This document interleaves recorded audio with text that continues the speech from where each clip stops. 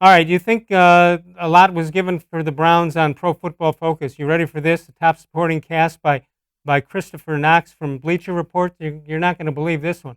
Talking about the running back, the wide receiver, and tight end. Christopher Knox puts Kansas City at number 1, Cleveland number 2. This is in not just the AFC. This is in the whole NFL. New Orleans Saints at 3, Tampa Bay Buccaneers at 4, followed by the Dallas Cowboys. You agree with that? Top supporting cast in the NFL? Wholeheartedly disagree. Let me think here. Right out of the gate, the Baltimore Ravens have to look at that list and be mildly amused. They only have the 2018 NFL MVP surrounded by a bunch of track stars who just won their second consecutive AFC North. Uh, to me, that's one team right away that deserves to be ahead of the Browns in terms of supporting cast. All right, so Christopher Knox goes and says, all right, this is the Browns are in pretty good shape here. Baker Mayfield's supporting cast didn't live up to expectations last season. That was largely because of poor offensive line play and the ineptitude of head coach Freddie Kitchens. The fact that Odell Beckham played the season with a sports hernia didn't help matters. Mayfield took a step back in 2019 after a strong rookie campaign with a new head coach in Kevin Stefanski and an offensive line upgraded by the addition of Jack Conklin and Jedrick Wills Jr. It'll be solely Mayfield's fault if he fails to bounce back. Mayfield will not be able to blame his supporting cast for any lack of success in 2020. Agree or disagree with that part? I don't know. This is all making me nervous. Oh, these people. They look good on Wow. paper. Hey, listen, you got to admit they've looked as good on paper as they've looked maybe since coming back in '99.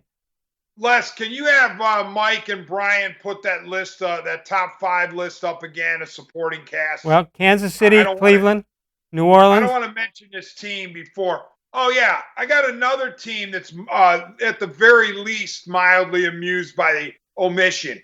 What about the Tennessee Titans? I mean, last time I checked, they're pretty. How about the Indianapolis Colts with Phil Rivers now?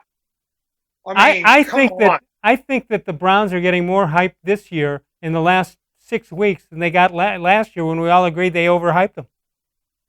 Les, you might be right. I mean, it's really starting to make me nervous here because I know Baker said all the right things. Oh, we're going to play, we're not going to talk. But if you keep having your head filled with all the, and here's the thing too about you hear the excuses made for Odell. Oh well, he played with a sports hernia. You know what? That sports hernia didn't prevent him from going. What was it? 21 miles an hour on that quick catch and run against the Jets. So it didn't prevent him from kicking field goals before the game in New England. I'm not saying he wasn't hurt. What I am saying is you can't just use the core injury for Odell as the excuse for his subpar season. You know, when you talk about team leadership, you're absolutely right. They go up to New England, and before the game, he was seen attempting long field goals. You got an injury. You shouldn't be kicking field goals if you're a wide receiver. No, and that was long after we had heard in training camp that he had the hip issue. Right. And then the hip begat the core, and then all of a sudden the core was there the whole time. I'll tell you what, the core didn't bother him when he caught the pass to go over 1,000 yards for against Cincinnati. Then he had to run off the field and supposedly throw up under a towel. And then when he was called back into the game, I could have sworn Mayfield had to call timeout because he was lined up in the wrong spot. Yeah. So not everything that went wrong with Odell last year is attributable to his core injury. I don't think we ever had a biblical reference like you did where the hip begat the core. I don't know. Maybe we have. I don't know. I don't know. Listen, Odell, all in on the Browns this year, okay? All in. Do everything that Stefanski and the coaching staff ask you to do.